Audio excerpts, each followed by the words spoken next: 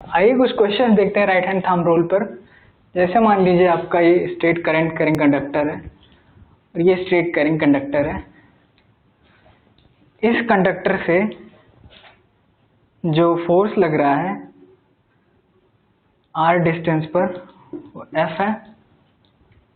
r मान लीजिए यहाँ पर कुछ a मीटर्स है और इस कंडक्टर से जो मैग्नेटिक फील्ड का फोर्स की वैल्यू है वो भी F है और कितनी डिस्टेंस पर, वो भी a डिस्टेंस पर। तो मान लीजिए दो कंडक्टर रखे हुए हैं, इससे दूरी पर a दूरी पर एक पॉइंट है। यहाँ पर एक कोई बॉडी रखी हुई है जो कि मैग्नेटिक फील्ड को ऑब्जर्व कर सकती है, या आयरन फीलिंग्स हो सकता है या दूसरा कोई मैग्नेट हो सकता है। और इधर आपका एक और स्ट्रेट करंट कैरिंग कंडक्टर रखा हुआ है, ये सब सेम प्लेन में है, ये भी a डिस्टेंस पर है। तो अब बताना है कि इस जो ऑब्जेक्ट रखा हुआ है यहाँ पर a डिस्टेंस पर, यहाँ से भी a डिस्टेंस और यहाँ पर a डिस्टेंस पर, उस पर फोर्स कितना लगेगा। तो यहाँ पे फोर्स की वैल्यूज तो दी हुई है, लेकिन जो ऑब्जेक्ट रखा हुआ है उस पे फोर्स किस डायरेक्शन में लग रहा है वो हमें मैग्नेटिक फील्ड की डायरेक्शन पता करके ही पता चलेगा। मैग्नीट्यूड तो हमें पता है लेकिन डायरेक्शन नहीं पता है, तो हम बता नहीं सकते कि इस पर किस डायरेक्शन फोर्स लग रहा है और कितना लग रहा है। तो सबसे पहले देखते हैं इसकी वजह से इस पर कितना फोर्स लग रहा है।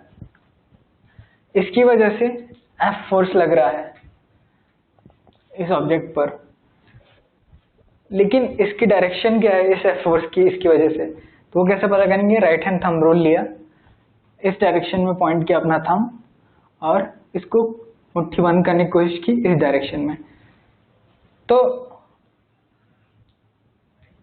आपके मैग्नेटिक फील्ड का डायरेक्शन इस डायरेक्शन में हो गया। तो मतलब इधर अंदर जा रहा है, इधर जो है वो अंदर की तरफ पॉइंट कर रहा है। मतलब इधर से फोर्स क्या है, अंदर की तरफ डायरेक्शन, फोर्स का डायरेक्शन मान लीजिए अंदर इधर है। और जब इधर देखेंगे तो इधर लिया ऐसे ऐसे बंद होगा ना, ऐसे आपका मुट्ठी बंद होगा, तो ऐसे बाहर आ रहा है, इसका डायरेक्शन इधर है। तो मतलब इस डायरेक्शन में फोर्स लग रहा है इस ऑब्जेक्ट पर, इस डायरेक्शन में फोर्स लग रहा है। तो इसमें क्या था, इस डायरेक्शन में फोर्स लग रहा था, इसकी वजह से इस डायरेक्शन में फोर्स लग रहा है। मतलब इस ऑब्जेक्ट पर अपोजिट साइड में फोर्स लग रहा है। एक बार इधर लग रहा है इसकी वजह से, तो इसकी वजह से इधर लग रहा है। और दोनों की वैल्यू कितनी है, F है, क्योंकि ये दोनों अपोजिट, दोनों साइड अगर मान लीजिए दोनों साइड सेम फोर्स लगाएंगे तो ऑब्वियसली वो दोनों फोर्स नैलिफाई हो जाएंगे, मतलब इस पर कोई फोर्स नहीं लग रहा है और जो दोनों फोर्स एक दूसरे को बैलेंस करके जीरो फोर्स कर दे रहे हैं। तो इस ऑब्जेक्ट पर कोई फोर्स नहीं लग रहा है। So the force on this object is zero due to the magnetic field of these two straight current carrying conductors. ये हो गया आपका क्वेश्चन नंबर 1। क्वेश्चन नंबर 2, अब मान लीजिए कि भी क्वेश्चन में दिया हुआ है कि इस डायरेक्शन में आपका करंट कैरिंग कंडक्टर है, इधर पोटेंशियल लगा हुआ है आपका। अब इसकी डायरेक्शन पता कीजिए। सेम वही राइट हैंड थंब रूल, ये प्लस है ये माइनस है, तो करंट की डायरेक्शन किधर होगी, पॉजिटिव टू नेगेटिव, तो करंट की डायरेक्शन ये हो गई।